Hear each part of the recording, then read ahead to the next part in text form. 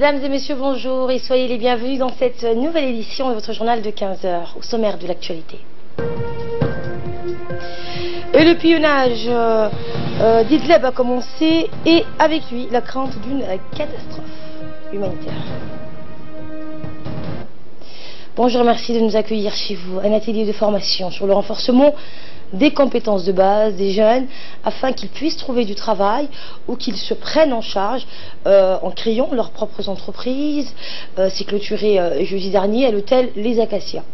Cet atelier a duré 4 jours, il a été financé par l'USAID, il fait partie des activités du projet dit employabilité de la main-d'œuvre djiboutienne, destiné aux enseignants de l'entrepreneuriat des différents lycées techniques de la capitale et des régions. Cette formation a été dispensée par Madame Laura Dillon-Biclé, formatrice et conseillère internationale.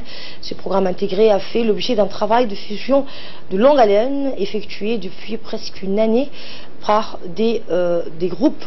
un groupe d'enseignants et de conseillers pédagogiques. En complétant les contenus des cours d'entrepreneuriat mis en œuvre dans les établissements, ce nouveau programme contribuera à améliorer les compétences des élèves. En effet, l'objectif principal de cette activité est avant tout de préparer les jeunes issus de l'enseignement technique et de la formation aux défis qui les attendent dans les milieux professionnels. Un milieu de plus en plus exigeant et sélectif. Les contenus du programme seront expérimentés cette année scolaire 2018-2019 dans les classes de seconde. En prévision du retour des lieux saints de l'islam de nos pèlerins, de nombreuses familles se préparent à accueillir en fête et avec ferveur tous les leurs qui ont pu accomplir leurs devoirs religieux. L'équipe de la RTD qui est parvenue en partie à suivre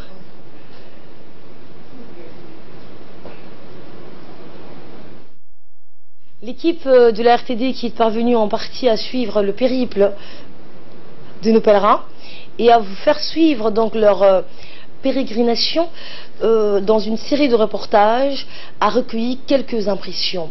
Beaucoup se sont déclarés satisfaits de la qualité des attentions des services et attentions reçues durant leur séjour en Terre Sainte. Les pèlerins ont apprécié ces aides et ont remercié le ministère des Affaires musulmanes, de la Culture et des Biens Waqf, et en particulier le travail de la mission chargée de mener à bien ce Hajj, et que dirige le directeur des Biens Waqf, M. Elmin Jama, et le reste des membres de son équipe.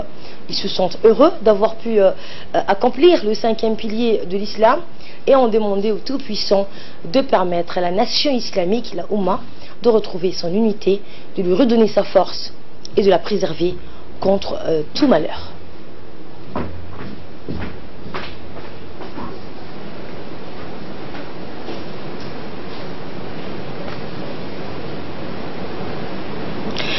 Et le chef de mission, M. Elmin Jama, a par ailleurs exprimé ses condoléances à la famille de feu Hadja Hayat Ahmed Hussein et Amina Moussa Qayat, toutes deux mortes pendant le Hajj de cette année en Terre Sainte. Il a également souhaité aux pèlerins de Djibouti un Hajj acceptable.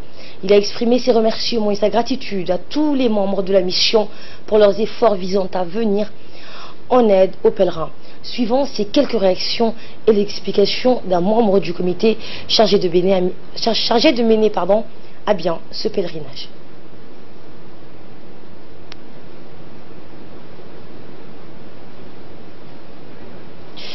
Et une page santé, l'unité de gestion des projets nationaux financés par le Fonds mondial, l'UGPN, a tenu un atelier d'information sur l'état d'avancement de son plan de renforcement des capacités et de transfert de compétences pour la lutte contre le VIH, la tuberculose et le paludisme.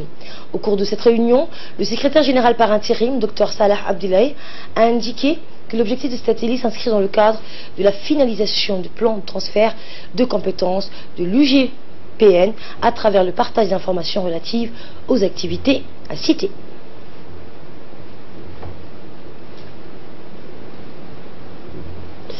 Et lors de sa présentation, le coordinateur de l'UGPN, Farhan Hussein, a donc énuméré l'historique des actions entreprises pour la mise en œuvre du plan de renforcement des capacités et de transition, et ce, conformément aux recommandations du Fonds mondial. Écoutons le coordinateur. Une réunion de restitution sur l'état d'avancement pour le transfert de compétences de l'unité de gestion de projet Fonds mondial. Depuis avril 2018, cette unité a entrepris l'ensemble des activités dans le plan de travail conjoint entre l'unité de gestion de projet Fonds mondial du ministère de la Santé et l'unité de gestion du PNUD, et a finalisé l'ensemble des objectifs à un taux de réussite de 90%.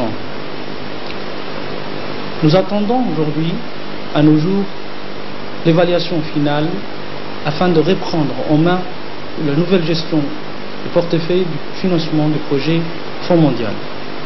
Nous avons confiance sur la capacité et les compétences de l'ensemble des membres de l'unité de gestion de projet du ministère de la Santé pour la gestion et la transparence et le strict respect des procédures du Fonds mondial. En remerciant notre partenaire Fonds mondial et le PNUD pour le travail conjoint, main en main, avec le ministère de la Santé. L'explication et le contenu de l'historique de ce programme et les actions entreprises pour la mise en œuvre du renforcement des capacités. De là, nous passons aux nouvelles à travers le monde. En Syrie, l'aviation russe mène depuis le 22 août dernier des bombardements aériens intensifs dans les zones périphériques de la province d'Idlib. Dernière zone de repli vers laquelle les rebelles au régime du président Bachar al-Assad ont été convoyés avec leurs familles avant un assaut final où le scénario à Grozny en Tchétchénie risque de se reproduire. Et pour nous en parler, Samantha Al-Assiri est avec nous sur ce plateau. Bonjour à vous. Bonjour Asma. Alors une catastrophe humanitaire se prépare et la communauté internationale continue à ménager le président russe Vladimir Poutine qui est décidé à écraser toute opposition au régime syrien.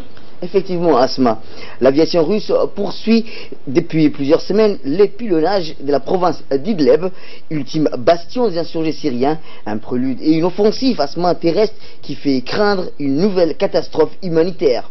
La région a été frappée depuis hier par des raids aériennes russes, les plus intenses depuis un mois au lendemain de l'échec d'un sommet tripartite sur le sort de cette province.